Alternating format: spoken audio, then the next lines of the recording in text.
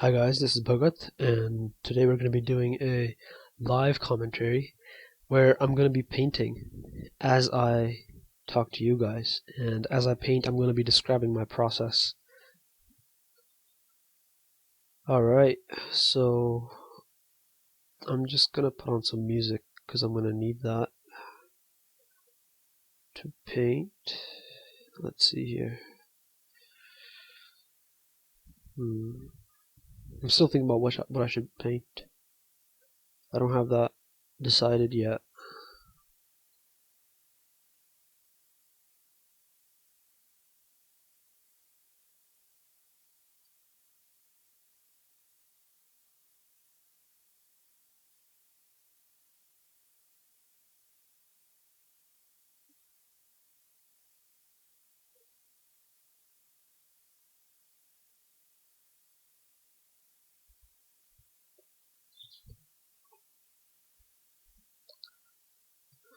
Let's paint Guru Arjun Dev ji. The painting I'm working on right now, like the one that I put on Facebook. Let's work on that. Why not?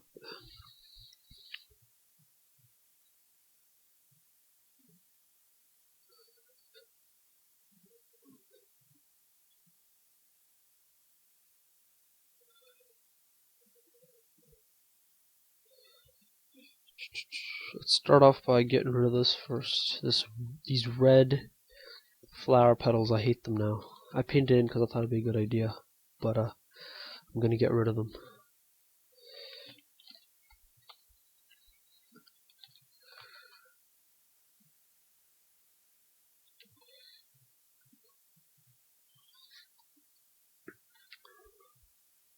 These pink ones are lotus petals.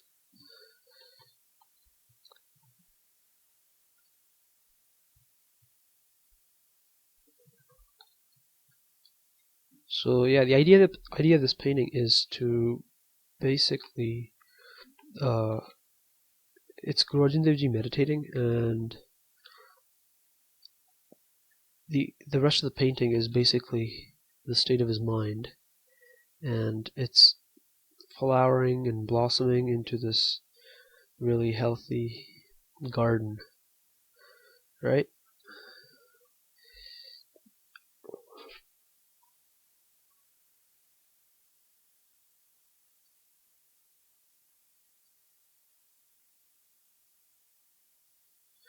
So I'm just gonna get rid of these red petals because I don't like them anymore. If I'll see if I can bring them back later. But right now I'm just gonna get rid of them because they're not really adding anything, and they're just distracting. They're just a big distraction in the composition. All right, so I'm also working on the composition as I paint this.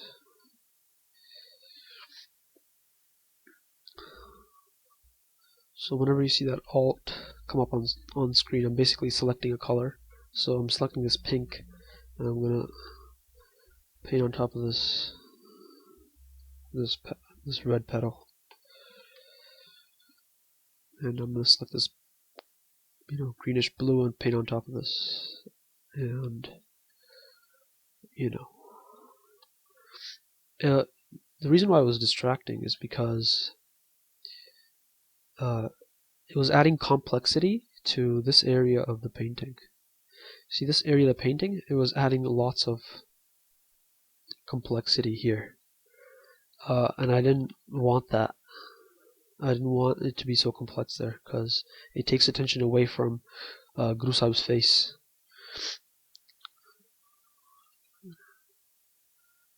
Now let's get this orange color and let's put it on his chola.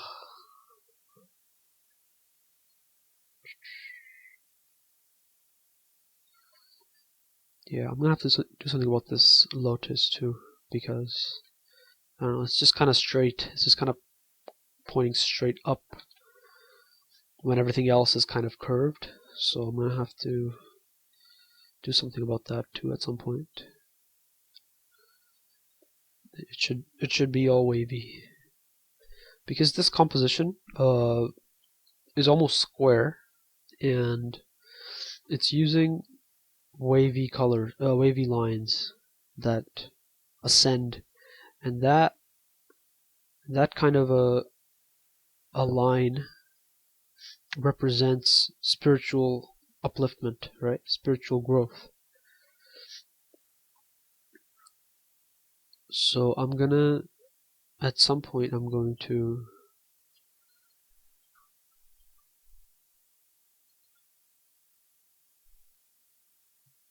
change that lotus so that it spirals upwards, spirals or waves, or curves upwards. It doesn't have to be a spiral, but it should be wavy, right? It should be wavy to match the rest of the composition. You see how this parna, this white parna, is all wavy? It should be like that. And it's floating, by the way. The parna is floating because anti-gravity meditation. It's making it float. I'm just joking. It's floating because, I don't know, I'm just making it float because I like it. I think it's cool. It makes it look like it's rising upwards, which is a metaphor for the state of mind of Guru Sahib in this painting. Is a sort of everything is rising upwards, right? The garden is growing, right? Like all the plants and the flowers are growing.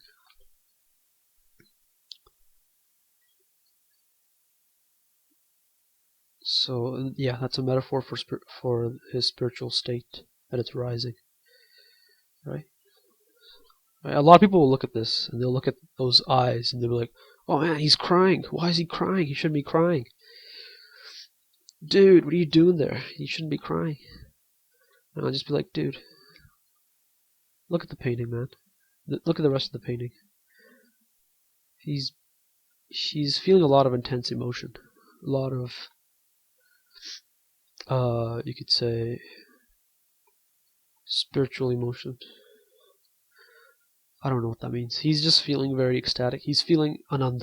That's what he's feeling. Bliss. He's in Paramanand right now.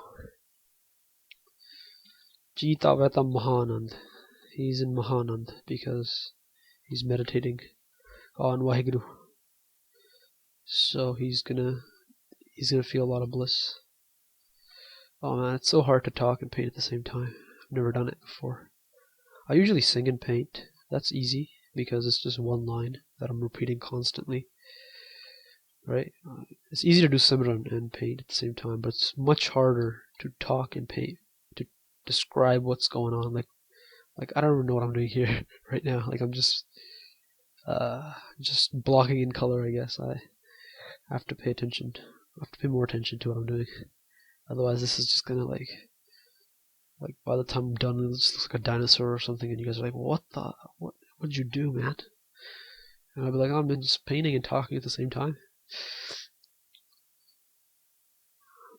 So right now I'm doing the chola, the chest. I'm trying to get the folds for, when you bend your arm, there's a fold here. I'm trying to get that fold at the same time, because the light is coming in from this direction, right? So I have to show the light as well as get the folds, and so that's the lines, right? So the lines is the shadow that the fold is creating. And yeah, so there's his chest, right? And it's going to create a shadow here just below it, and then below that there's going to be light again. So this is shadow, and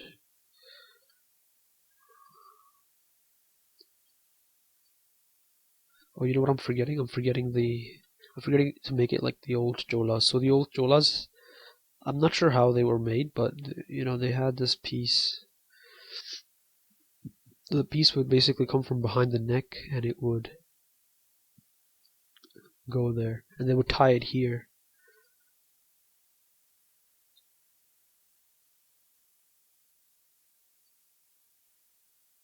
I'm just using the smudge tool to smudge this from the side, so it looks like there's a piece of cloth overlapping the. So let's get rid of this now, because this is being pulled. This cloth is being pulled in this direction, in that direction, and there's another cloth that's coming up towards the neck, and that cloth is actually not covering the chest fully, so you're going to see part of the chest out here. Now, I've noticed this in old paintings, right? Perhaps I'll show you some of these paintings at the end, but in old paintings, the chola is painted like this because they made it differently back then. Now it's just one piece of cloth. Theirs is like a bunch of cloths put together. So I'm just, borrowing colors from his face to create this chest region, and I'm gonna darken it because it's in shade. So I'm darkening it there. This is the mala right here, this black thing, and it's also floating.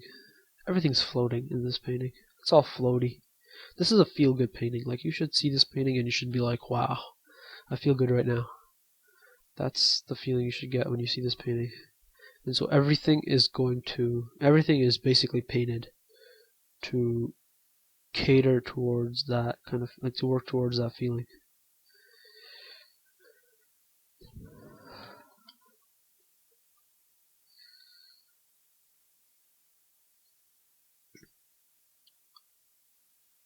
Let me collapse some layers because my computer is slowing down. So let me show you guys some stuff here. That's the farla. So Guru Sahib is wearing a dumala right now, and you see this mala has this orange area. That's the main turban, and then it has this white parna wrapped around it, and that's the second turban. And that white parna, there's a little part that sticks out, and that's the farla. This is a pratam dumala, right? Guru Arjun Dev Ji says in his bani, "Main gur mil uch dumalada," and that's what he's talking about. He's talking about this. So there's the farla, so that was the old dumala. I didn't paint it accurately here. That was my, I thought that's what it would look like from the front, but I had to change that up. And there's the sketch, the black and white sketch.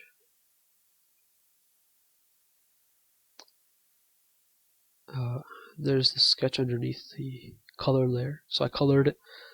So I did the sketch first, right? So I got my sketch, just the one I put on Facebook, and now I'm going in and coloring the face and the beard. So I did that, and then I added this very colorful background, right? So you can see how the contrast between this red and this blue is actually pulling attention away from Guru Sahib's face.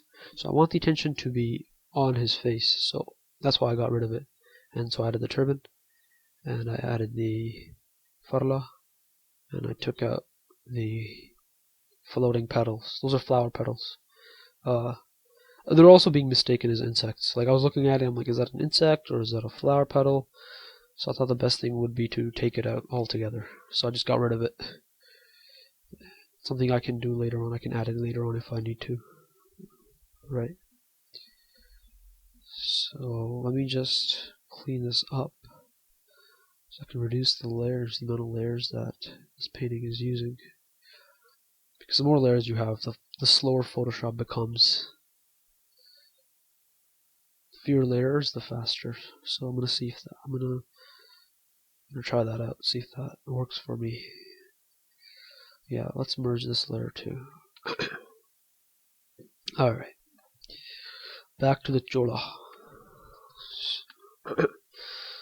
So yeah, there's this flap that goes up like this into the neck. The flap of the chola, it goes up like that, and so I'm just painting that in. There would be a seam here, a fold in the cloth. So let's use a darker value to indent that. Yeah. Let's make this more into a fold. So it should look like it's a fold and not anything else. I think we're going to need a little bit of a lighter orange. So I'm going to select the lighter orange that I already have in the turban because, you know, I want to use the same colors. Let me reduce the opacity of the brush. Okay. I want those nice soft. I want the light to be soft and how it hits the cloth. Oh, you know, there's going to be a shadow here from the parna, which I think will go like that because it's curved and the light's going from here, so there's some shadow here. Let's grab some blue for the shadows. Let's grab this blue. Yeah, that's nice. As I record this, it reminds me of Bob Ross, the way he used to paint. And he used to talk like, you know, let's give this here a friend. Let's add a friend to this. There. Just this tiny little brush stroke here. Ah, beautiful. This fold should be reflected in the shadow. It should be there. You should see a bend even in the shadow. So I'm gonna lighten it on the top and then darken it in the bottom, and I'm gonna make it look more like a fold, basically. That is being lit by, or that's being covered by a shadow. Oh, so this is gonna move up. Wait, no, this is gonna go down. This is gonna go down this way. This is gonna go down this way, and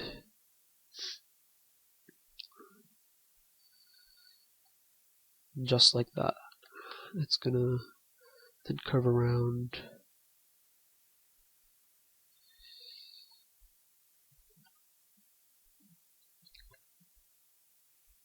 It's gonna curve around.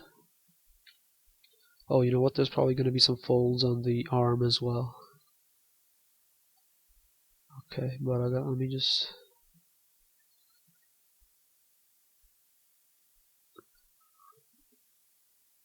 finish these off first.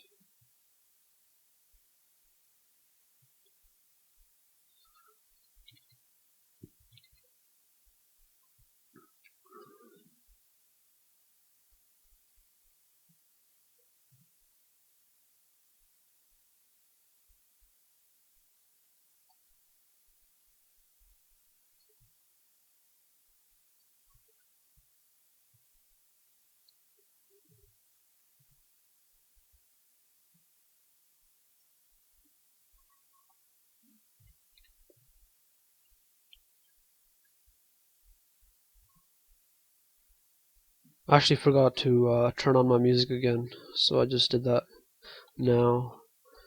And so we're gonna keep painting now. Okay, so I actually forgot to start recording it, and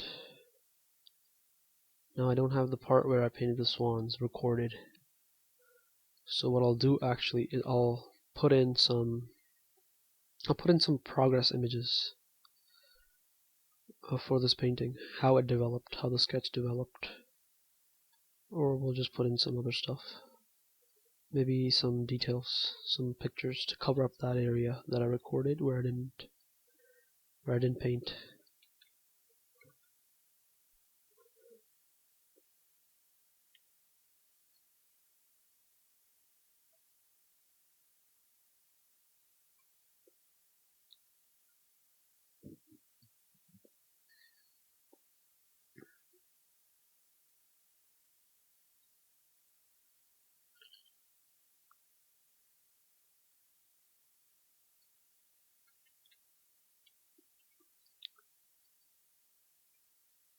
So that's what we got so far. That's what we've been painting for the past few minutes, and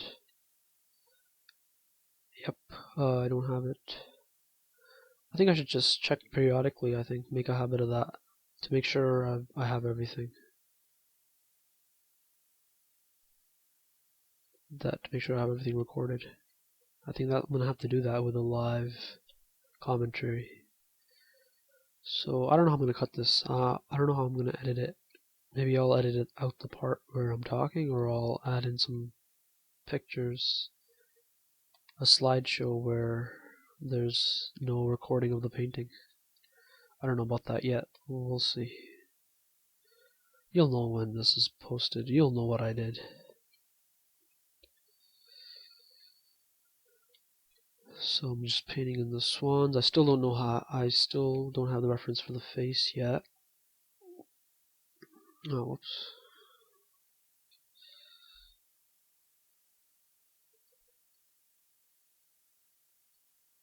So this is going to be a little bit off-white to push it back, to not have it pop so much.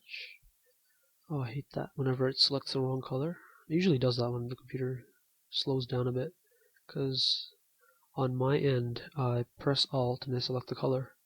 The computer is a little bit slow, so it lags a little bit, and it doesn't always select the color I want, and so when I start painting, it paints with the wrong color.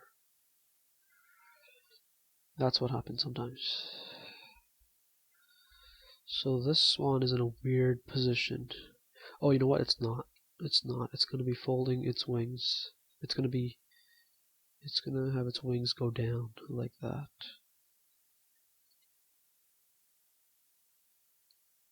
So I'm adding that white line there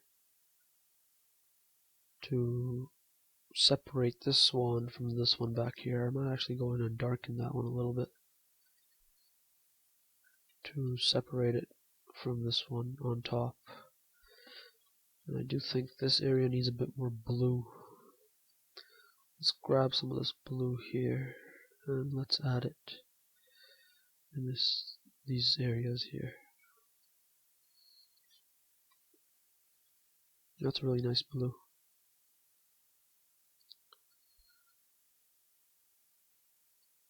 And that's a really nice color over here too. That's actually not bad. It looks like a cloud lit up with a red sun during sunsets. That's the kind of clouds you get during sunsets. But this isn't a sunset, so I think we can get rid of that, yeah. Let's get rid of it.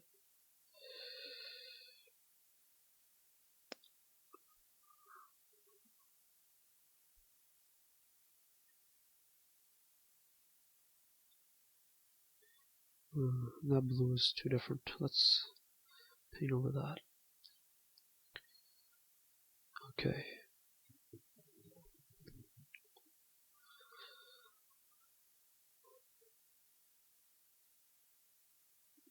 Okay, that's all in shadow.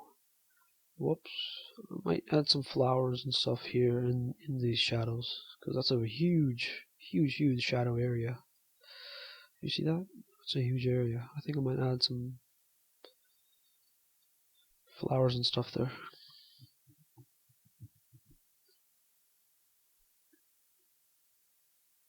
So why do I have these rose petals, or I mean lotus petals up here? It's because God is set to dwell in the center of the lotus.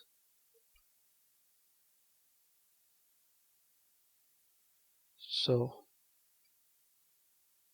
I'm painting lotus petals everywhere. It's a metaphor, right? He doesn't actually dwell. Well, he does. He does dwell in lotuses. But it's a metaphor for... it's a spiritual metaphor. I don't know what it's for, I guess. To explain things. It's a metaphor to explain things. Let's go with that. So I'm just cleaning up these leaves because,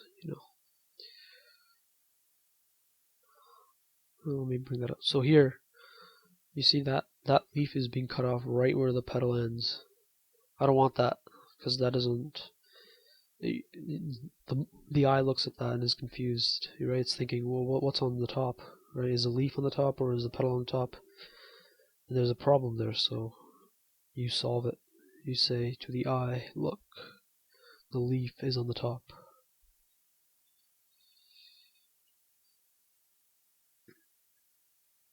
Nice and colorful leaves, right? There's some blue in the leaf, right? Some greens, some blue greens, some bright greens, some dull greens, all kinds of greens.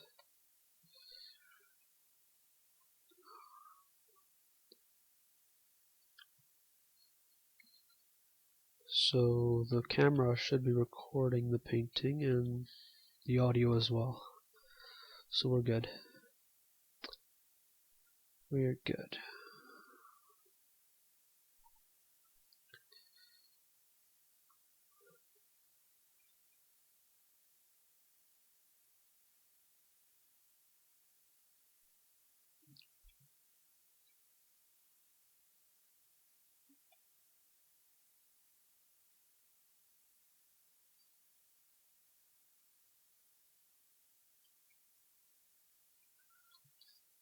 When I become really focused, I stop talking. Because at that time, talking will actually distract me. So when I become really focused, I just automatically stop talking.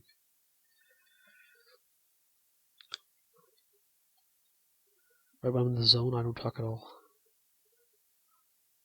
And I've posted about that on Facebook quite a bit, where, I just say I'm in the zone and then I've been painting for, so long, and it's now 7 in the morning, and I've been painting. It's now 4 in the afternoon, and I'm still painting. Whoa! So I'm just cleaning up these leaves here.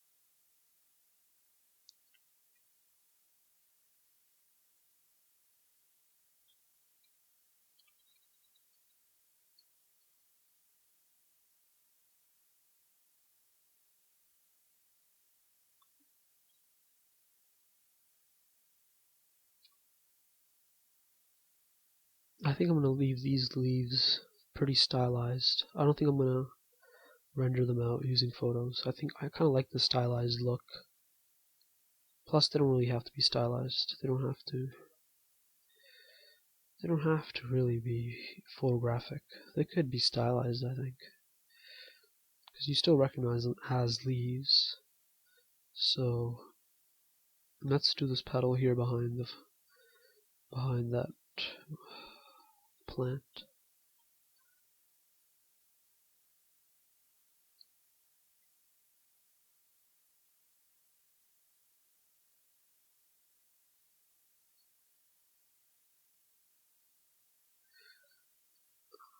So I usually paint during the night, but these days I've been painting during the day so that I could go out and stuff, do things outside.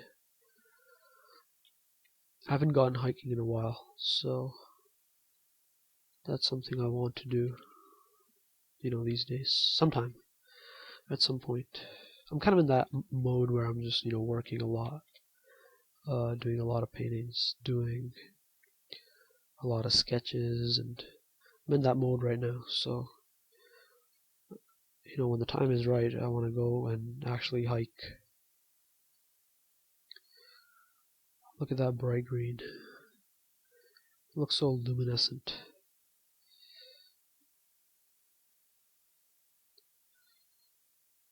So, usually though I paint at night, and a lot of people who come to my house to meet me, actually, they have to put up with that. They have to, figure out the time with me, because sometimes I paint at night and I'm sleeping during the day when they come. Sometimes they come and I'm sleeping. Like there's people who don't know that I sleep at night. They'll just show up at my door, and I'll be like, and then I'm always like, oh, I'm sleeping, and it's not a good situation, is it? So if you want to come to my house, you have to make an appointment, and I'll have to be ready. I have to be awake to meet you, right? And the reason why I paint at night is because there's just a lot of disturbance during the day. When you want to be in the zone, you have to be in solitude.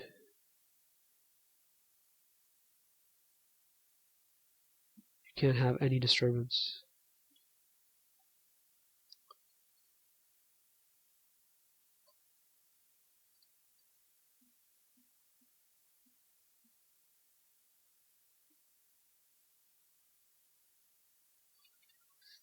Even music sometimes, like even Shabad Kirtan, can be distracting when you're in the zone and you're trying to paint.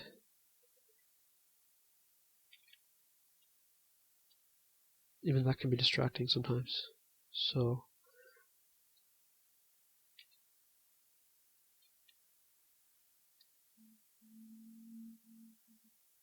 you gotta be careful of what you're listening to.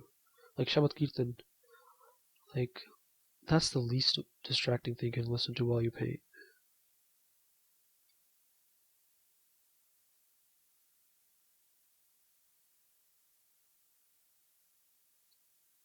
Sometimes I listen to novels, sometimes I listen to songs, sometimes I listen to Shabads.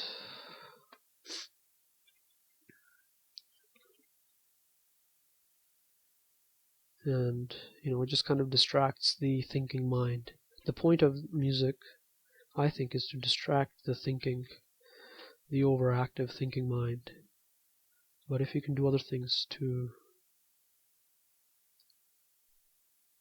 keep that mind busy, then it works out better. Like if you can just focus on the painting without any distraction and just slow down the thinking mind, that will work better than music or any book or anything. So I hope you guys are drawing with me here, because I'm pretty sure this talk is gonna put you to sleep if you don't do something as you listen to it. Either you can meditate or you can you can draw. You can just doodle if you don't want to do anything specific. That's what I usually do when I listen to other artists paint. I usually just draw at that point. I draw with them, so they'd be painting in the YouTube video, and I pull out my painting and I start drawing alongside them.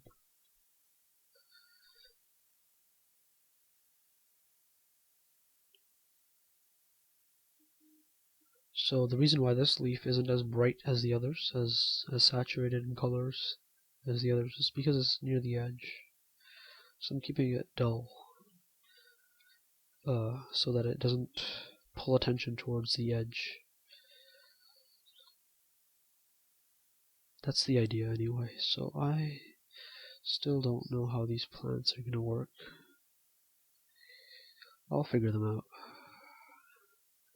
I figure out things as I go along.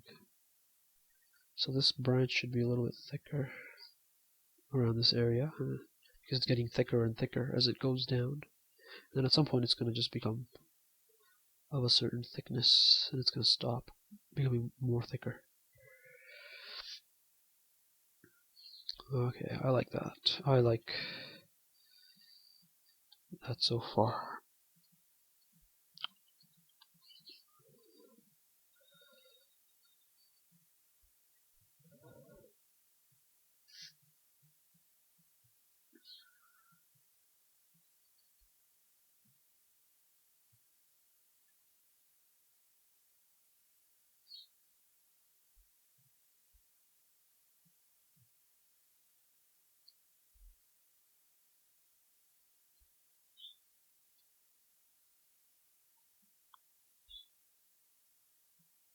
I guess what I can do is I can speed up the parts where I don't talk, and then slow them right down when I start talking.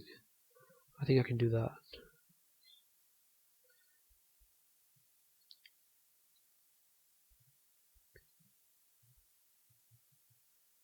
Or maybe add some shabads, add some music.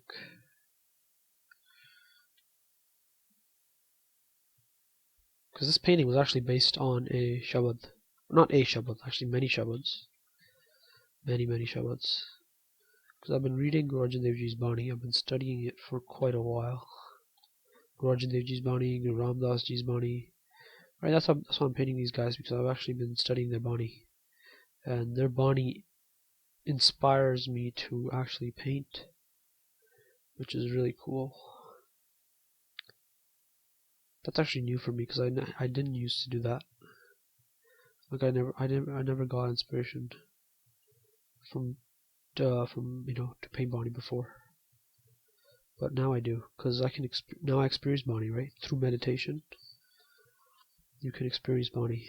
When you meditate, you'll have the experiences that Guru Sahibs are talking about. And those experiences then motivate me to paint them. Okay, let me actually go and save the recording that I have so far.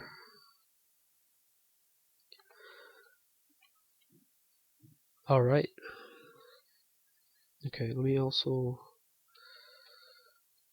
save the video recording.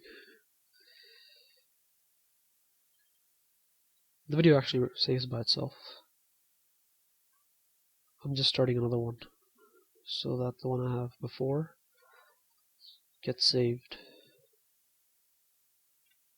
So when you're reading Bani, when you start to read Bani, sometimes you don't understand what Guru Sahib is talking about. But when you start to meditate, and when you start to have those experiences for yourself, then you really understand. Then you really understand what Guru Sahib is talking about in Bani. And then you want to paint it, if you're an artist.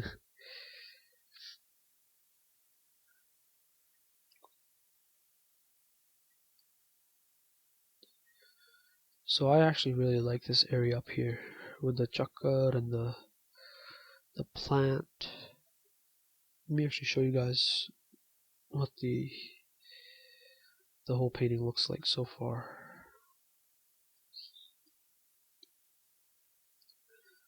So I've got the petals, the chakra, Guru Sahib's face, his turban all rendered, and I've got the plant, almost rendered. And as we go down the chola, right, you still have to add the folds on his arm.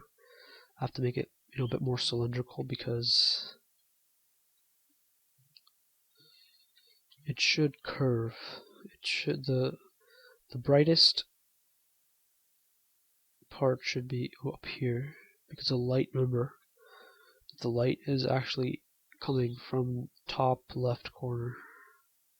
So it's going to be the lightest over here, and then it's going to be darker towards the right edge.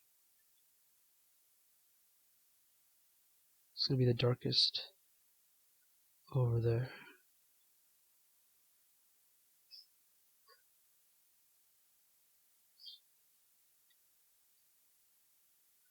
And I'm going to blend in the dark brown with the orange.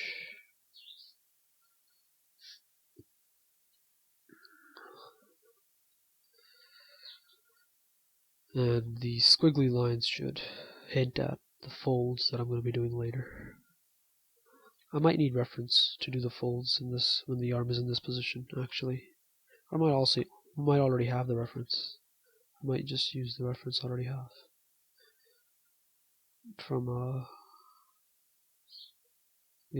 my previous paintings.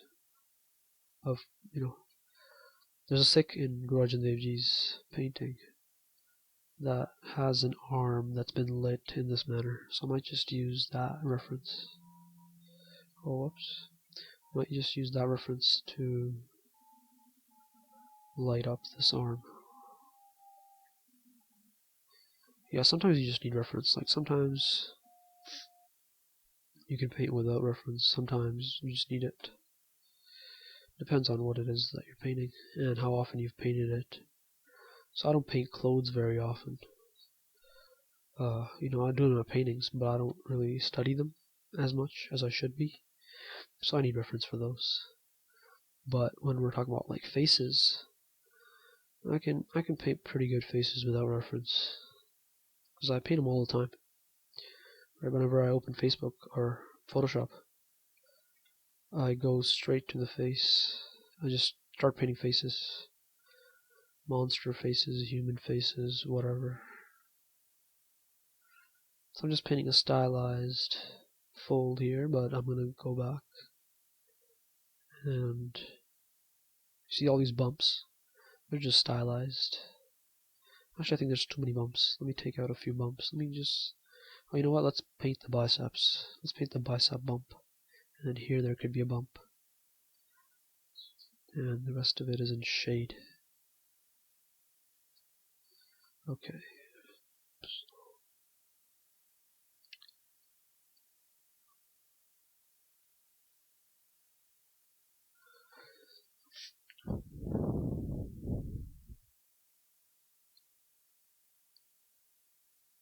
So I'm just looking at it now and thinking about what else I could be painting.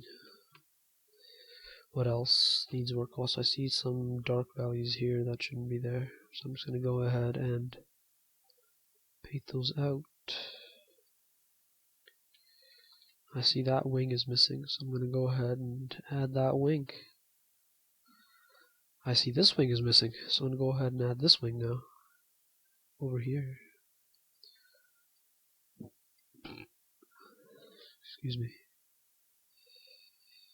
Oh, you know what? That's a little bit too light. Should be a little bit darker. A little bit of an orange. There we go.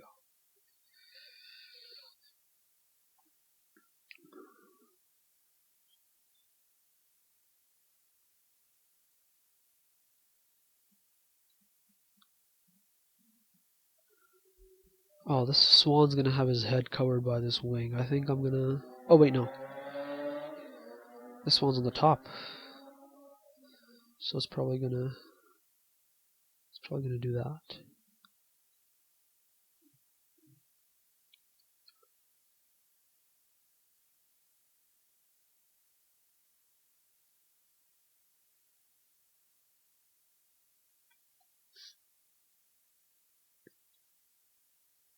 So when I'm painting this again, I'm keeping in mind that the white is going to be on top, and the slightly off-white colors are going to be below that white.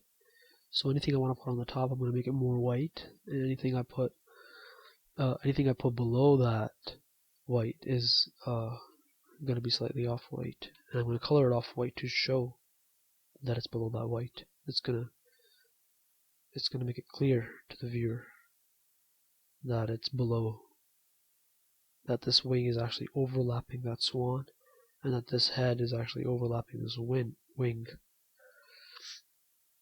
Okay, at this point I'm going to need reference to paint the rest of the wing in, because I'm not sure how these feathers are going to work. Okay.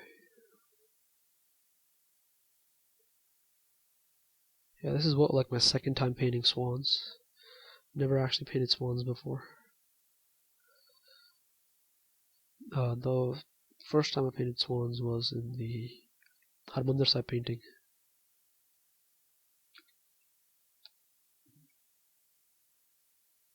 Let me get a drink here.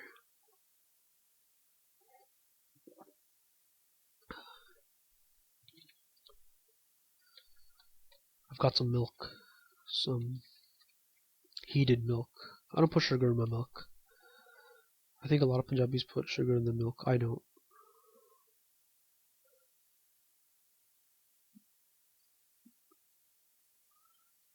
I actually really like milk as it is. I didn't used to, but I've gotten used to it to the point where now I like it. Now I hate sugar in my milk. I'm at that point where I don't like sugar. Well, I mean, I still like sugar, but I don't like too much sugar, especially in milk. My milk should be sugarless. I've got some water too. I'm kind of thirsty. Even though I've been drinking milk, I'm actually kind of thirsty. Like, I don't know why that happens. Like, even though you're drinking something, and even though that has water in it, sometimes you still feel thirsty.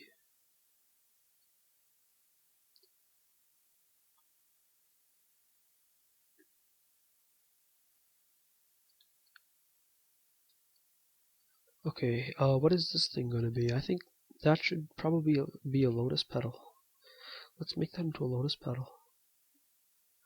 Yeah, I like that actually. And maybe it'll come out from here.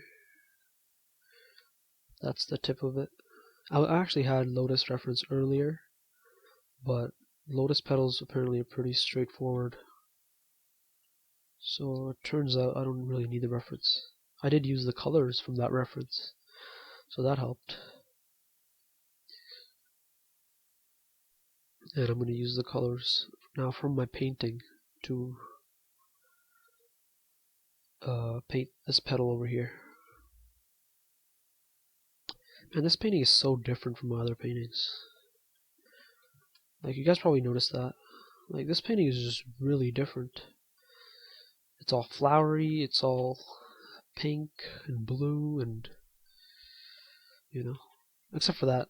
Except for Guru Arjun Dev, he looks like he's taken from my other painting, but everything else is very different in this painting. So I don't know how you guys are gonna like it though. So do tell me in the comments or on Facebook how you guys like this painting so far, because it's very different from what I usually paint, and that's because I've been meditating, right? So I've been telling you guys about that.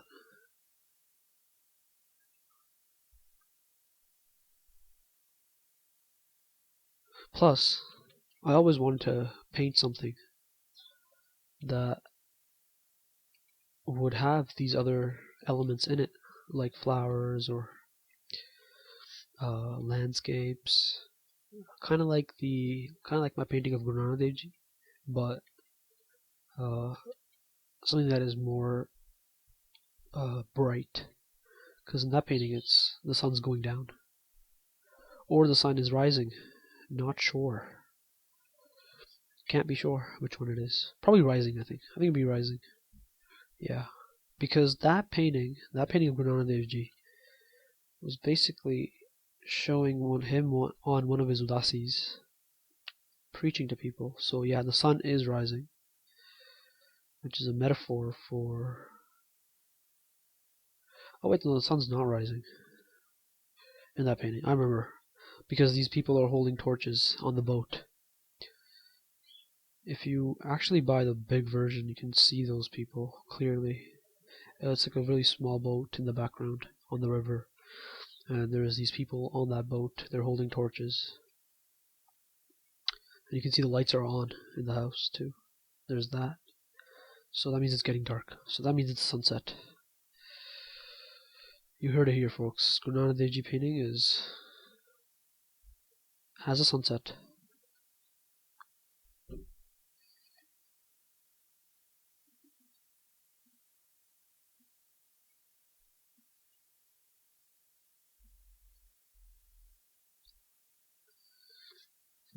That petal, I'm not sure about this petal right here, because it just curves towards the right corner.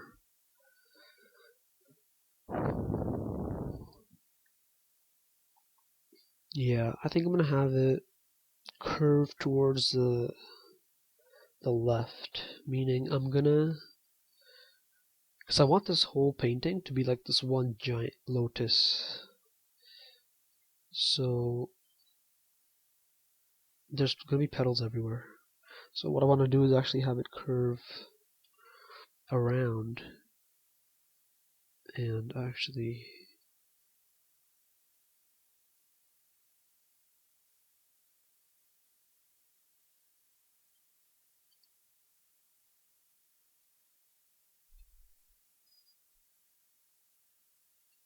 I'm gonna have it actually curve around and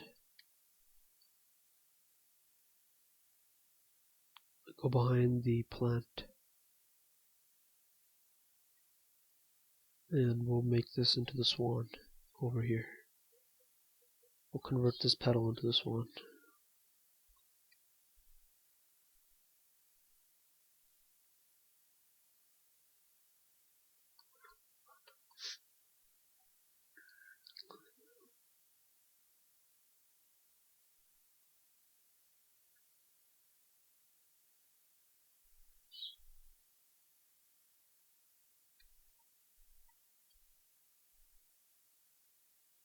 Yeah, so this painting is based on a lot of shabads that I listened to. And I might put some of those shabads in this video. Like I'll have them running in the background so you can listen to them. Oh man, that alt thing is getting in the way. It never gets in the way.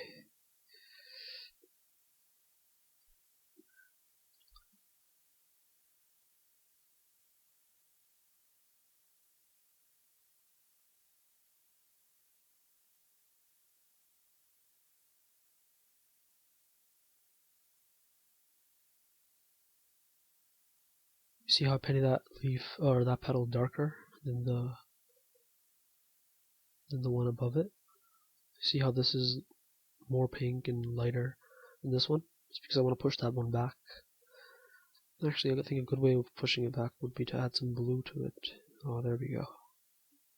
Yeah, that's better. Because as things recede into the background, they're actually going to become more blue. It's because the sky is blue. And as things recede, they're going to pick up some of that blue. I think it's because the air in the environment, either it's reflecting the blue or it's actually the blue thing itself, the air. I think that's what it is. I think it's the air that becomes blue. Yeah, of course, because the sky is not blue. It's the atmosphere. Yeah, so as that petal is going to recede in the background, it's actually going to become a little bit blue because it's going to get covered by that atmosphere.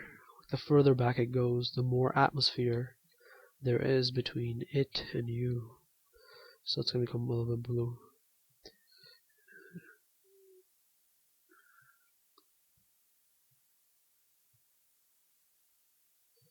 So let me actually thin that out a little bit. I don't want it to go up there. Let me thin out the petal up here.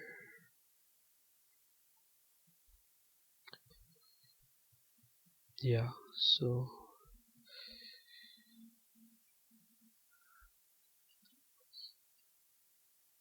listening to Shabad is what got me doing this painting. And I think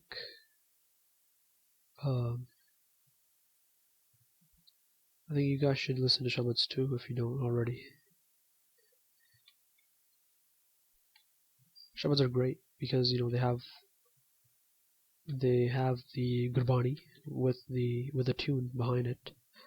And what that tune does is it gets stuck in your head.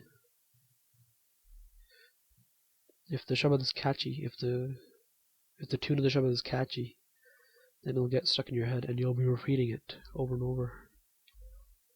And that's a meditation. And so the Shabad has a built-in mechanism to get the listener to meditate. Isn't that crazy? A built-in mechanism. It's just how music is. It gets stuck in your head and then you're repeating it. Right? Why not repeat a Shabad instead? So right now I'm not sure what this is going to be over here, but I'm going to paint the petal in anyway. And I'm going to add a little bit of blue to that petal to push it back into the background.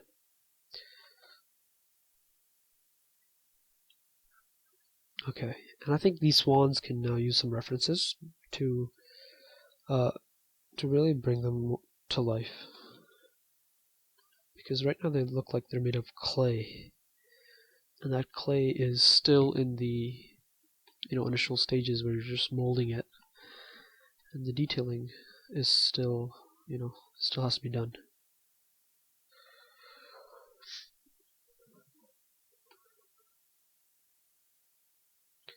Alright, I'm gonna need a drink of water here.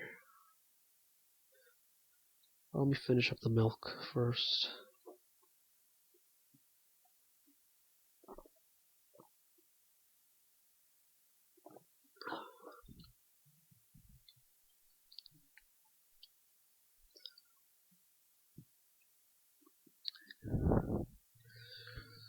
Let's work on this thing over here.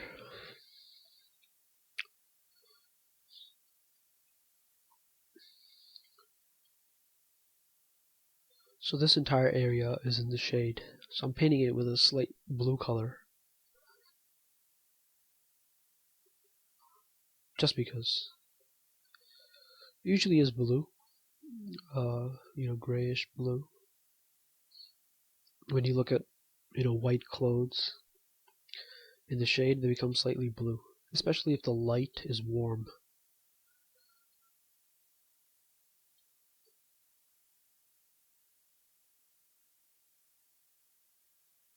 Right, so this is warm.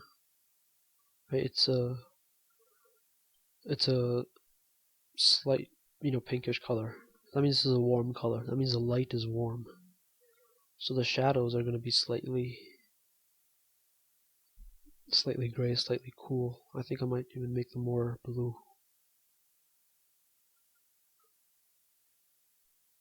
Yeah, look at that. That blue is going to make the shadows look really cool. Right, that bluish gray. I'm going to add it in here as well, over in these shadows.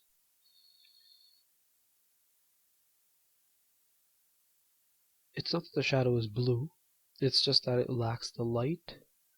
So when you see that shadow up against a surface that is warm, that shadow appears to be cool because it's not as warm as the surface that's appearing next to. But in paintings you can, like, that's real life, but in paintings, if you make it slightly blue, then it'll make the warms of the region that's lit, it's going to make those warms pop out, make them really intense, and it makes the painting more colorful too.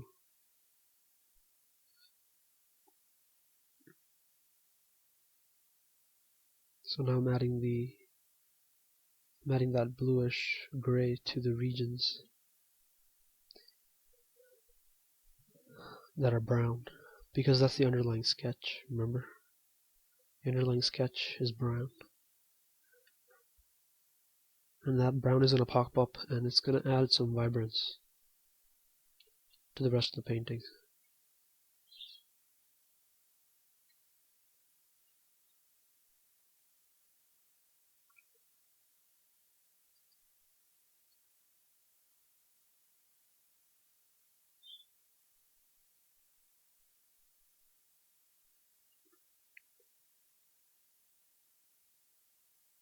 I'm taking some of this color here, or I should take this blue over here, actually, to do the really dark areas, like this,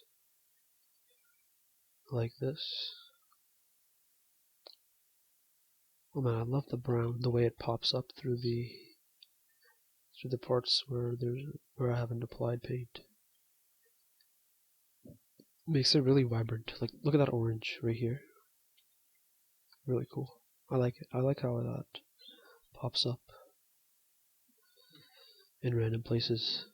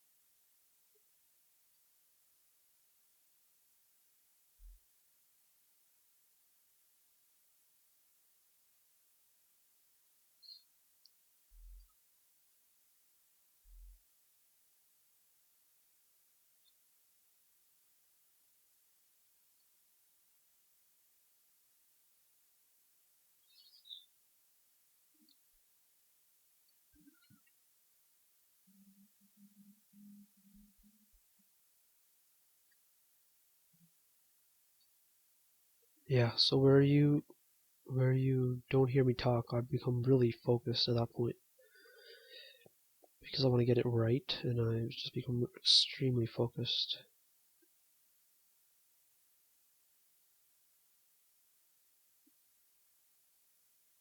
So yeah, I'm gonna start darkening the. You see this highlight here? I'm gonna start darkening it as it comes around here. As it comes around, we'll start darkening it. Yeah, and then because it's going away from the focal point. So the focal point is Guru Sahib's face. So as it goes away from the face, I'm going to start to lose some of that contrast. So the shadows here are not going to be as dark as, for example, this. Even I think this is a little bit too dark. Yeah, I think that's a little bit too dark.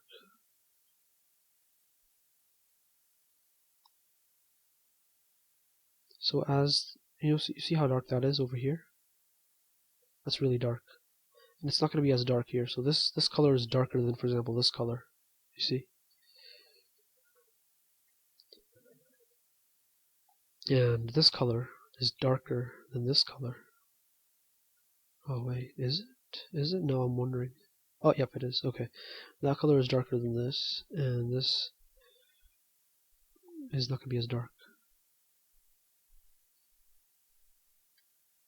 Because as I'm going away from the face, the focal point, I'm going to reduce the contrast. Contrast meaning the difference between lights and darks. I'm going to reduce the contrast to de-emphasize those areas. Because I want the focal point to have the most emphasis. So I'm going to de-emphasize the other areas that are not the focal point.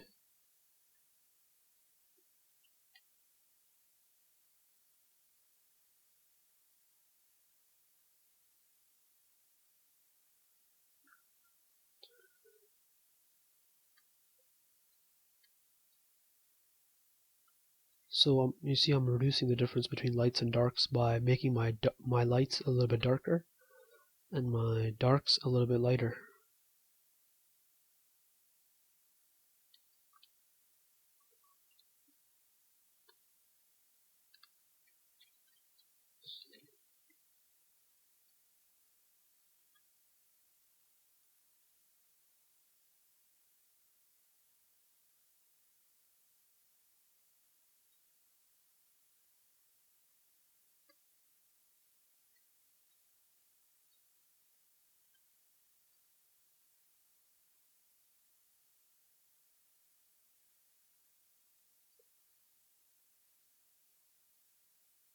Although I might add some white here because it is in direct light. So because it's in direct light, whereas this is an indirect light, this area over here, because this area is not facing the light. Right, this area is facing the light. This area is not. And similarly, this area isn't either. So this area I'm actually going to slightly darken. So this area is facing the light directly, and this area over here is also facing the light directly. So I'm actually going to lighten that just a little bit in that area. And then again here, it's going to be off-white, slightly darker.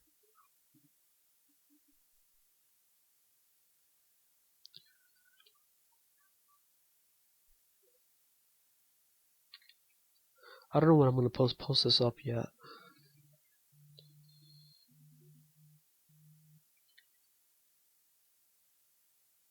On this video.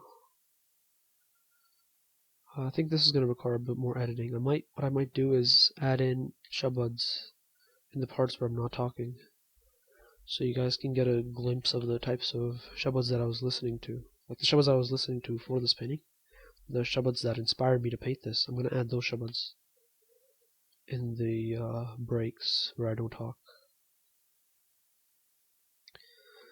And that way you guys can listen to them and get a feel for what I was aiming for in this painting. because I am painting the shabads.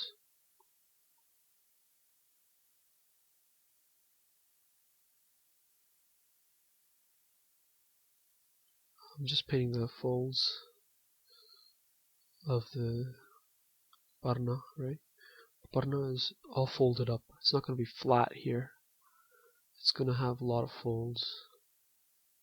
And as it comes in here, as it tucks into his arm, the folds are going to tighten. They're going to become tight. They're going to get bunched closer together, is what I mean by tight. And they're going to be in shadow. So I'm going to add some of that blue in there, some of that gray, and put them in shadow. Some of that dark color.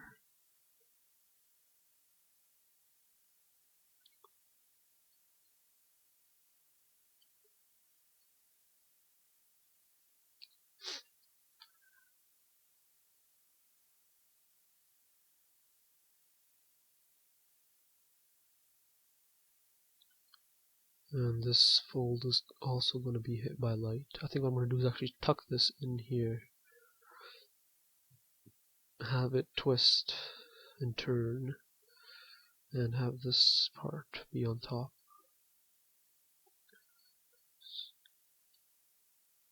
So it's just a lot of problem solving. As I'm painting, I'm just thinking about these things that I could, things I can do in the painting. Problem solving.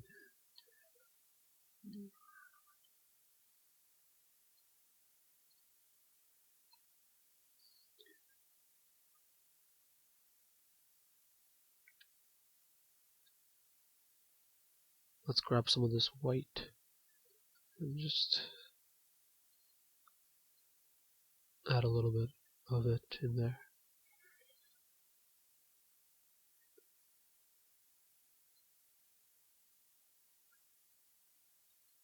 So this parna is quite stylized. It's not realistic, which is one reason why I'm not really using reference for it. It's because it's okay if it's stylized. For this painting, it's alright. Right? This is his mind.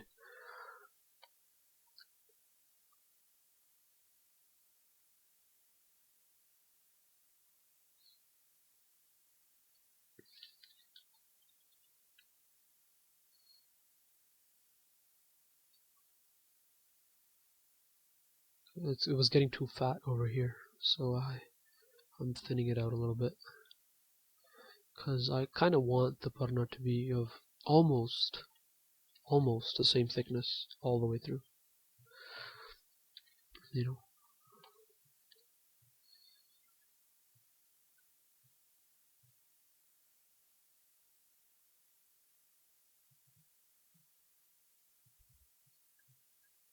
Oh, I like how that green is coming through. You see this green here? That's mixing in with the brown and giving me a nice green tone. And I love when that happens in paintings, when other colors interact with what I'm painting, the color I'm using, and it adds a bit of richness and vibrance to the painting. And I think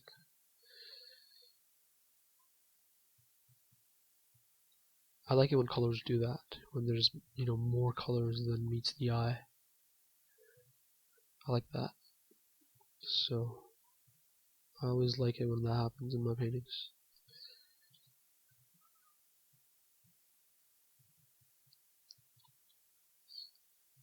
So this part I'm doing in light because this is the thin parna, and the light is coming through it. I think I might make this a little bit more orange.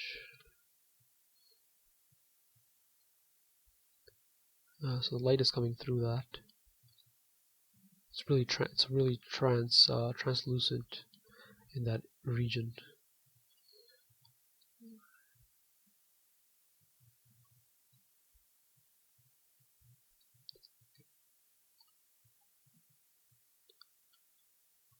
And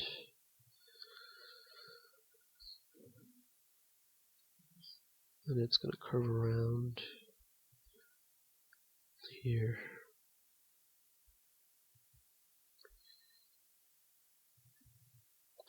It's going to curve around.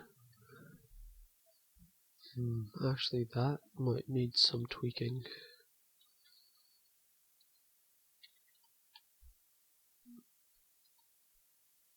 That's going to need some tweaking. I'll actually just get rid of that. I'm actually going to get rid of this completely. Oh, you know what? Maybe there should be some blue in here.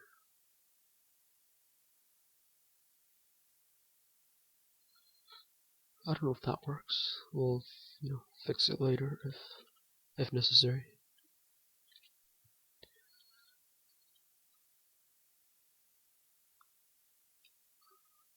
So I'm gonna basically merge that new line I made. Oh, too many horizontals. I think I'm gonna have to. I just added another horizontal line. I don't want that to be horizontal there. I don't want that to be a straight line, because I already have straight lines up here. I want it to be slightly different, because I want this cloth to feel like it's random, right? It's randomly twisting and turning. If it has too many similar parts, it'll look. I think it'll look a bit arranged. So I don't want it to. I don't want it to look arranged. I want it to be, random.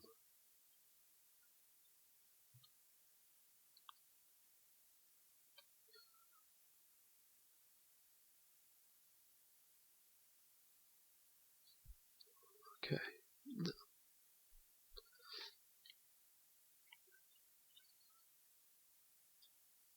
And this blue thing, you're probably already wondering what this blue thing is back here. I wanted this to be a peacock, but I'm not sure yet whether it's going to be a peacock or not. It's really going to depend on the composition.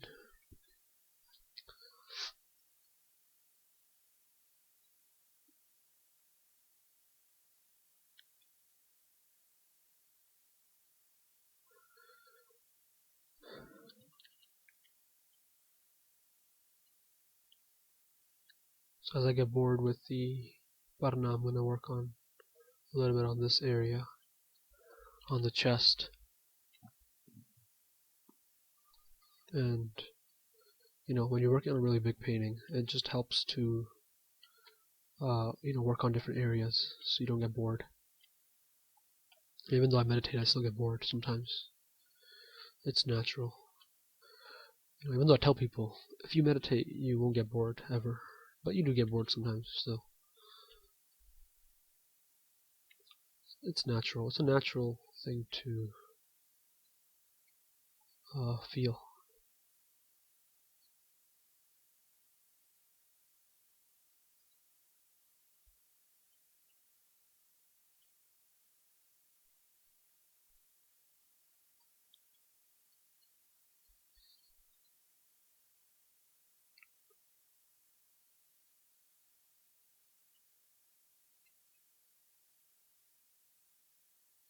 Yeah, one of the things I want to do is the beard. The beard should look good. Actually, I'm gonna grab the old painting and do the beard from that painting. The previous painting of Guru Arjun Dev Ji. I'm gonna use that as reference for the beard, because I want the beard to be similar to my previous paintings of Guru Sahib. Just to maintain continuity, because it's hard to tell from this painting who this character is, right? If you look at the painting, it's hard to tell who this guy is, and so it's important for me to maintain continuity so that I can, so that those people who are following my artwork can tell who I'm painting without me telling them. Even though I will tell them, I will say this is Guru Arjun Dev Ji.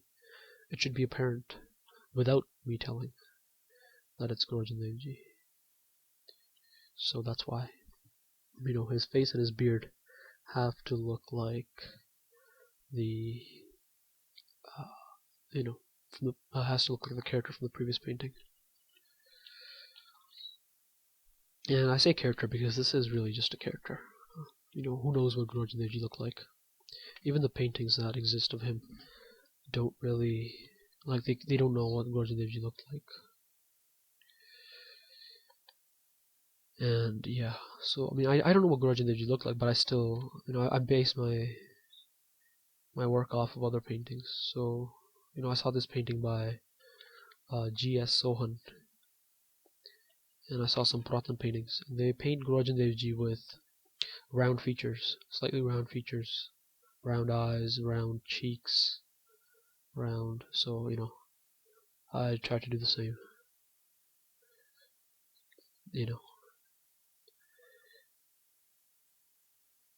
I take inspiration from that, from the older paintings, for my work, and I make it similar. So here I think the arm is going to start to enter into a shade. I think it's going to be slightly dark here. You can see the arm was supposed to go straight like this, but I made it slightly more bent at the elbow.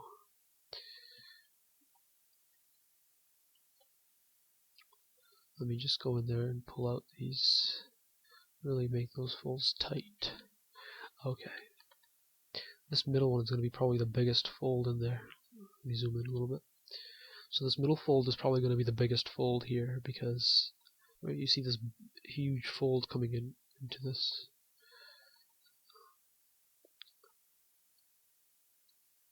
So that's my biggest fold in this painting. Or in this bottom row, the biggest fold. And that's going to be reflected over here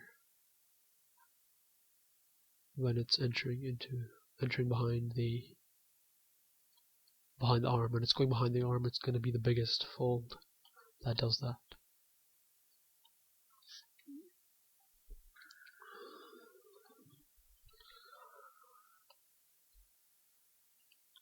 I actually might take a break from this painting now. Do something else for a bit, come back. I might post this up though.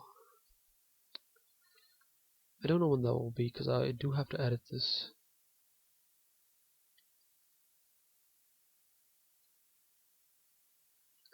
Like I said, I wanted to add some shabads in some of the silent parts of the video, so that I can show you guys what's inspiring this painting, what shabads are inspiring this painting.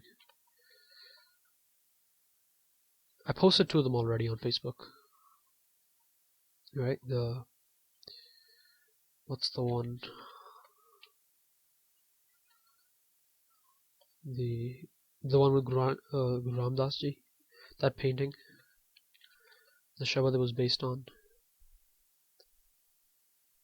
I can't remember which one it was right now. I'm kind of focused on the painting. Mere man prem lago har teer. There we go. So that shabad and a few others have actually inspired this painting. Okay, right now I'm just kind of doing something here. I'm not actually sure of what this thing is going to be. Maybe it's going to be a shawl. Maybe it'll just be his chola. Not sure yet, but we'll figure this out as we do this. Let's make it into a chola. You know what? Yeah, let's just make it into a chola. The reason is it has these folds, and I think I want it to be a shawl first. I think while I was painting this, I wanted it to be a shawl. Oh wow! Look at those soft colors on the side. The soft blues, soft pinks. This is so different from what I normally paint.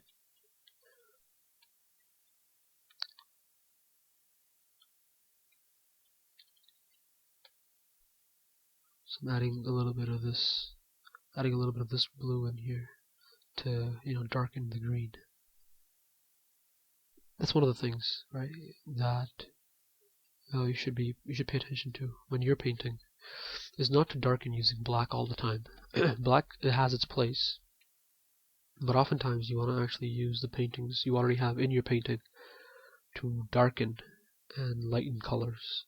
So let's say I want to lighten this branch. What I'll do is I'll grab a little bit of this orange or a little bit of this to lighten it. I don't think I'm gonna lighten the branch though. But if I wanted to, then that's what I would do. So I wanted to darken this branch, so I grabbed some of this dark blue I have over here to darken the branch.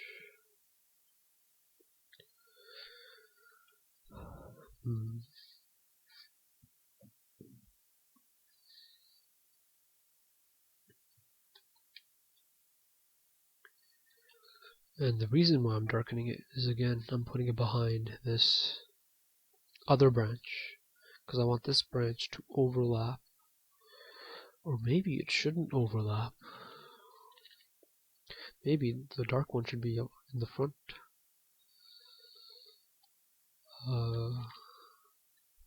No, I think this one has a stronger form. I'm gonna put that in the front. So the light green one has a more curvy form. Actually, you know, I'm gonna have to lighten this up a little bit more because I do want it to be obvious that it's in the front. Without telling you, it should be obvious, right? A painting is 1,000 words, so it should tell you things without actually telling you anything. So this branch is going to be in the front, and this one is going to be in the back. And I just told you right there what I'm doing. So you know why I'm doing it, because that's what this is for. This is supposed to be educational. This is supposed to be something that you just listen to while you paint. Because I don't know, I wouldn't listen to an artist talk about making a painting if I wasn't painting myself in the moment that I was listening to him. I put on podcasts by other artists, and I paint while listening to those podcasts. And it's really cool when you do that. I can really get into the painting myself because I'm getting their I'm feeding off of their energy almost. They have certain vibes that they're sending through their video, and I'm feeding off of them and working on my own painting.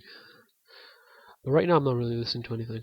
I had music on, but I turned it off because it was kind of distracting from me talking and painting at the same time. That's already two things I'm doing. Even though we think we can multitask, we actually can't multitask. Humans are, we can multitask better than other animals, but even we're not that good. Even at multitasking. It really helps to try and focus on the thing that you're working on completely.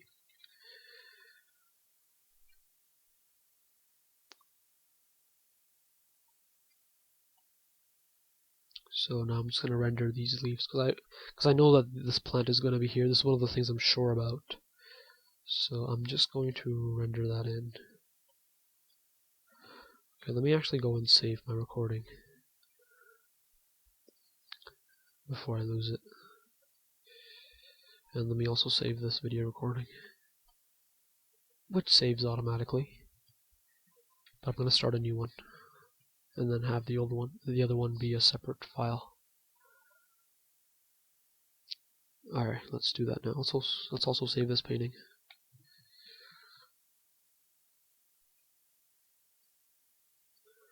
Alright, so I saved all my files and I just checked, and we have, I think, almost 40 minutes of recorded video so far, and I think 1 hour of audio recording. So I think what I'm going to do is stop. I'm going to end this part here, and then I'll upload another part for the as I work on this painting, I'll upload more parts, and I'll paint this painting, and I'll record all of it as I paint it.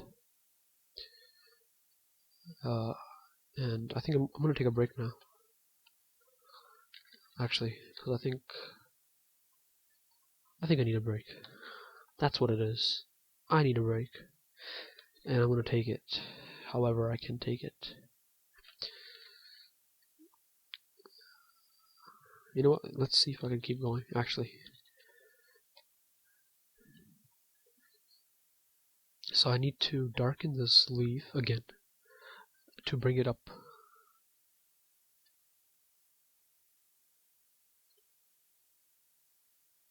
To have it come up from behind that. Oh, you know what? That's actually a really bad positioning. This leaf should go like this, so that it doesn't, because you see that leaf, how it was, the way the leaf curved, it curved right alongside that vine, and that's really bad. That's called a tangent. In painting, that's called a tangent, and you want to avoid tangents, because they confuse the viewer. The viewer's like, which one is on top? Because the viewer always wants to know who's on top, right? So, you as the artist should just tell them, you know what, this leaf is on top, deal with it. So, yeah. I really like how that leaf already is. Actually, I'm not gonna touch it anymore. I'm gonna leave it in. I'm gonna work down here now. Yeah, I think I can keep going for a little bit. Let's make this an hour of video recording. That's one of the things with painting. Like, even if you're tired, you can still keep going. And if you're thinking of quitting, don't. Learn from me and keep going. So if you're just painting and you're like, let me go on YouTube or let me go on Facebook to do something, don't. Keep painting, dude. Okay, again, this is a tough situation because I got that leaf right here, and it's right there at the intersection of those two vines. So I'm actually gonna move that leaf down. I'm gonna move it down here. And then we'll add another one over here. Because that leaf needs a friend. And I'm gonna give it that friend. I keep thinking of Bob Ross every time I talk, every time I see something like that. I think of Bob Ross.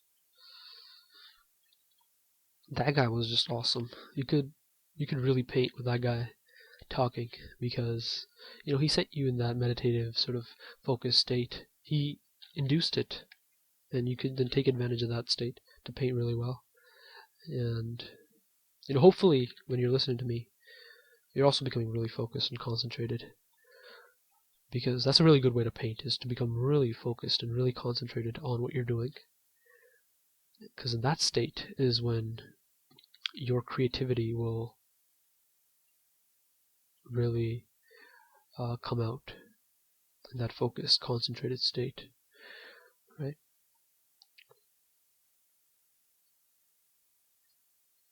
So there's that leaf. I might go in and actually add some veins on those leaves, I think they're a little bit too plain for what I like. So I might go in later and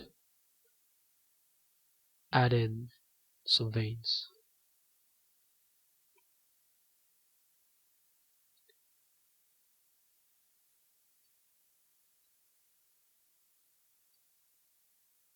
See how I'm lightening the leaf so that this branch actually comes on top of it. Look, I'm actually going to darken the branch a little bit here. Just like that. And now you can clearly tell that this leaf is behind this branch. Clearly. Right, there's no doubt about that. I'm actually going to grab a little bit of this brown and add some on this. Oh, it's a little bit too dark. I'm going to add some of that dark brown on this vine here to really make the other one pop.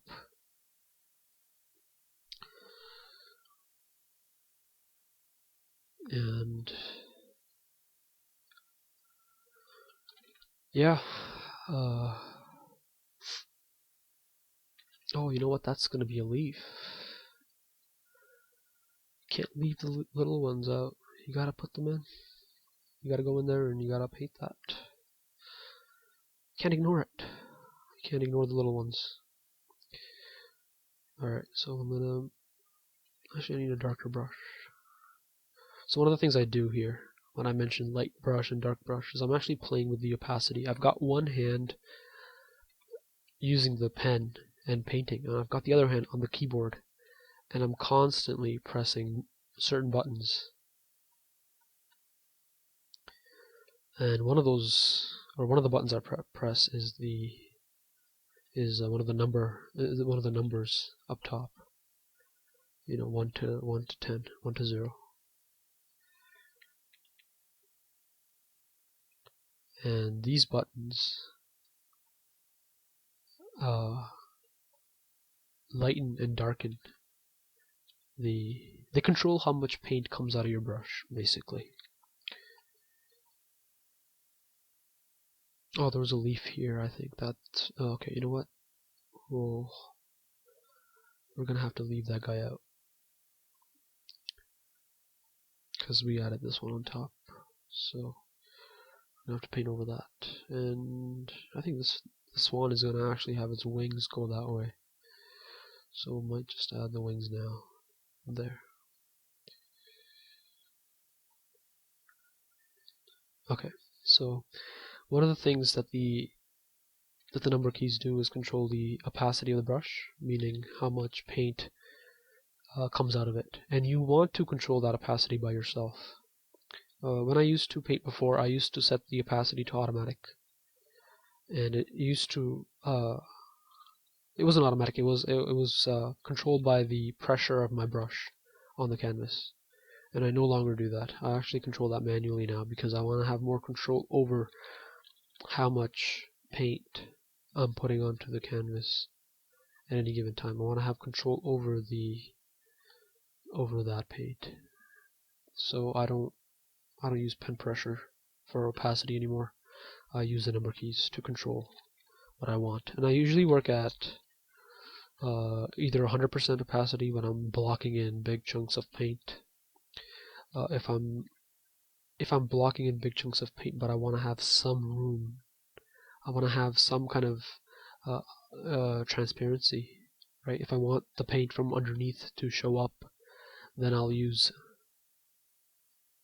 60% opacity, which I'm doing right now, because right now I want to paint in these, these chunks of paint, right? Like this pink over here. But I want to have some of the paint from underneath it show up, and I want it to be a little bit soft, because that 60% allows me to create some softness, as well as allows me to block in the color. But if I wanted to have a really fine gradation, like let's say there's some blue here, and I want to have a really fine gradation, I'll use 30%, and that'll give me that really soft gradation from blue to pink, and it'll really soften out the colors. See how that soft is from the pink to the this light blue. And when I want to create softness, I'll use the lower opacity. When I'm okay with hardness, then I'll use the higher opacities.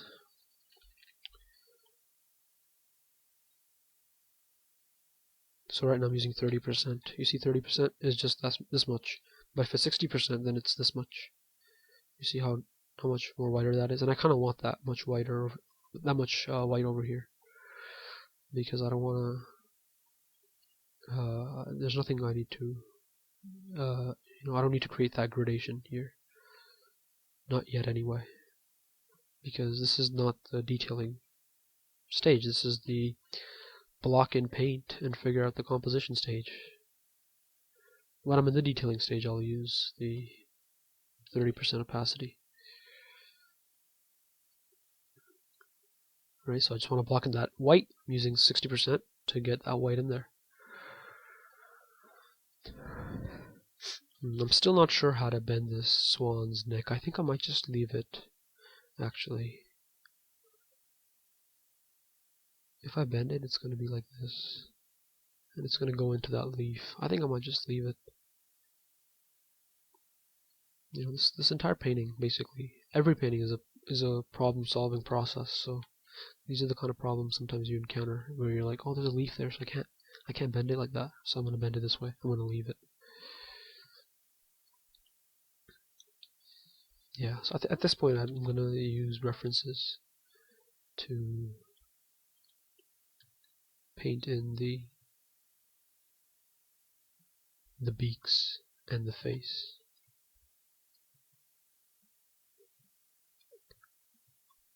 Okay, let's look at the sketch to see what I have underneath this whole painting, and I'll see if I can use some ideas from the sketch. Okay, so the sketch was just the parna that's floating up. So I think we're good. I think we're just gonna continue like this with the swans and the petals like this.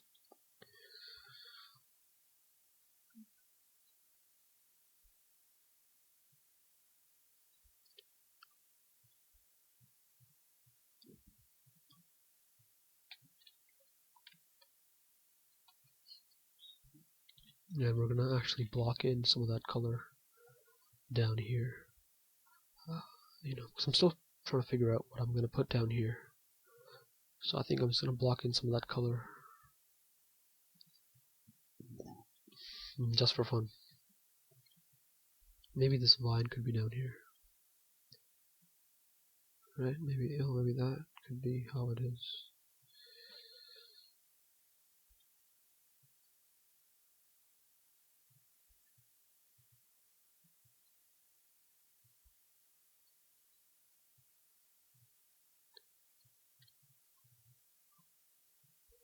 Using 60% opacity on my brush also gives me some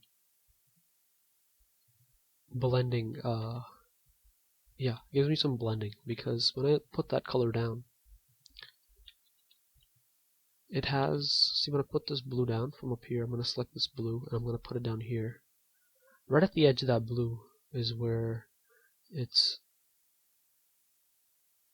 a mix of the color behind it and the color in front of it. So I can select that color then straight off the canvas and work with it. So it blends a little bit for me, and that really helps out. It helps out more than you think, because you're doing that a lot. You're blending a lot in any painting, and so you know that 60% opacity is going to help you do that as you paint. Right, same with the 30%.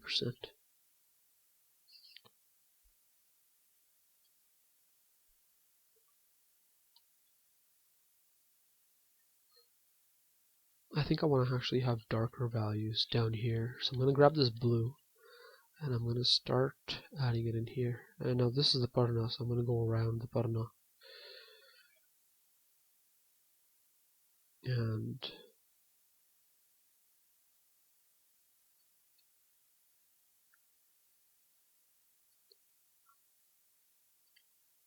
and block in the negative space. And I'm not really sure what I'm going to add in that negative space. I'm going to figure that out. I think now would be a good time to figure that out, actually. Sometimes I do that. Sometimes I have a sketch. Like the sketch underneath doesn't show what I have here. The sketch is incomplete in that sense. So that's something I'm going to have to figure this out. So this was supposed to be a peacock's neck. And I'm going to pull out the reference and actually paint it in. But before I paint it in, I want to know how I'm painting it in. Do I want to paint him facing to the left or towards Guru Sahib? Probably towards Guru Sahib. You know, and do I want to, like, I'm still thinking of, you know, do I want to continue that peacock, you know, around here, underneath the arm, and, you know, where its tail comes out from here? Do I want to do that, or is this something else? Like, is this region something else? Is this just, you know, flowers and plants? Or is this the peacock's tail? Or is the peacock's tail going back here?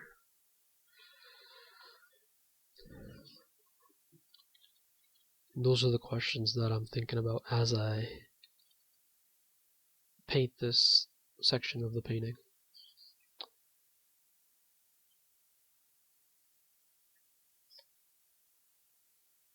Alright, so my bird is calling me now. I can hear it in the other room. So I think that would be a good time to take a break, actually. I think this would be a good time to take a break. Let's do that. You know, when you have a bird, you gotta give it some attention. I see a lot of people, like, they own birds in their house, but they don't devote any time to it. It's just a showpiece. A bird is not a showpiece, guys. It has a consciousness of its own, and it's alive. It's an alive animal. It's a living thing. It's not a showpiece. A bird is like a dog. It requires that you play with it, that you take it out, that you let it explore. It's like a toddler, right? You wouldn't just put your toddler in a cage and leave it there. You would play with it.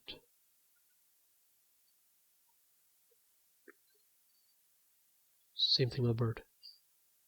So if you ever get a bird, don't ever think of it as a showpiece.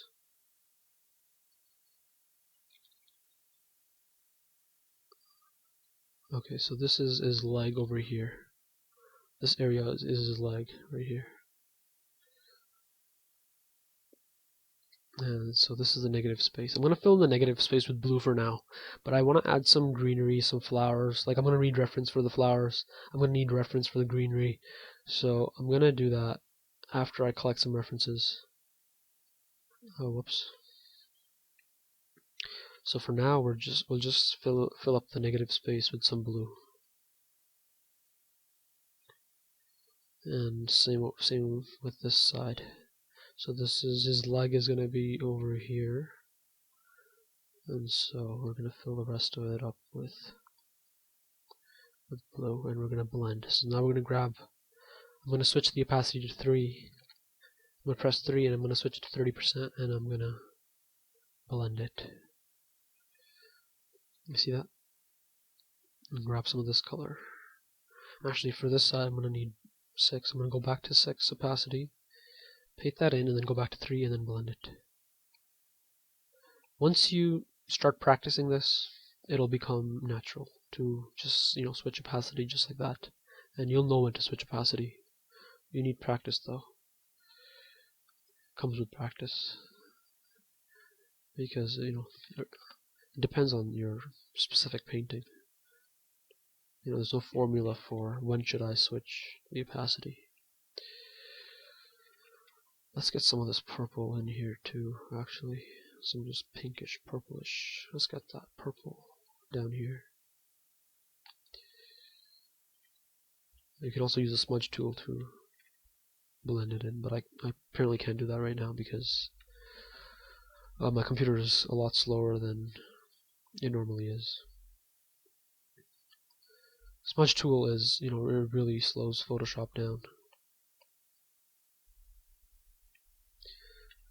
I'm used to painting without the smudge tool. Like I said, you just use a lower opacity to smudge it, to blend it, sorry. And so then you don't need the smudge tool if you do that, if you use a lower opacity to blend it. And I used to do that. I used to blend manually, right? Whereas recently I've tried the smudge tool, and I actually like it. Like, I think it has a place, but I think you shouldn't go overboard with the smudge tool. But you should certainly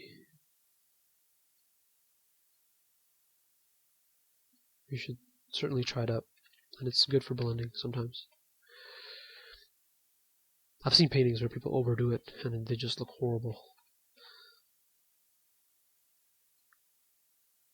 So never overdo the smudge tool, because it's just not a good way to paint. So I think I'm gonna make his pajama white. So let's go with that color. You see, it's off-white, and since it's away from the focal point, I'm just going to use this off color. I'm not going to use white. I'm going to use this sort of light pale blue to paint his pajama. And I'm going to have to figure this out, how this is going to go around. How the pajama is going to fit around his legs.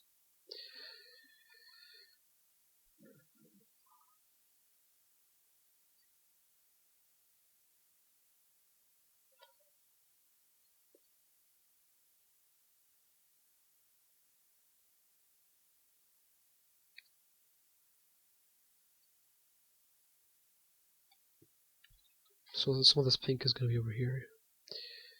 I'm going to use 100%. Actually, I'm not going to use 100%. I'm going to use 60% because I want some of that other color to come through.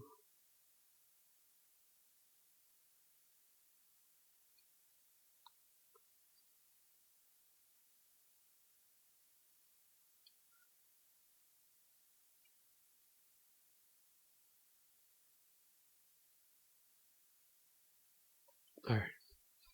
So I think this is a good time to take a break. I'll show you what the painting looks like so far. And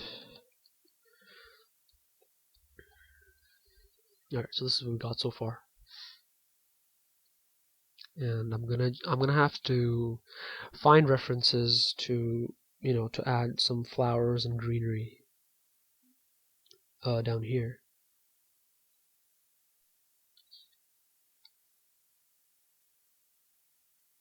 And over here as well in this area, and I'm gonna use some reference to detail out the swans a little bit, perhaps add other animals, other birds like peacocks or sparrows and stuff. Yeah, so that'll be in part 2. That'll be in part 2 of this video. Alright. So I hope you guys enjoyed that. I hope you guys enjoyed the process. And if you've been working on something as you were listening to this, I do want to see it, so let me know in the comments, either on my Facebook or here on YouTube. And I will see you guys later.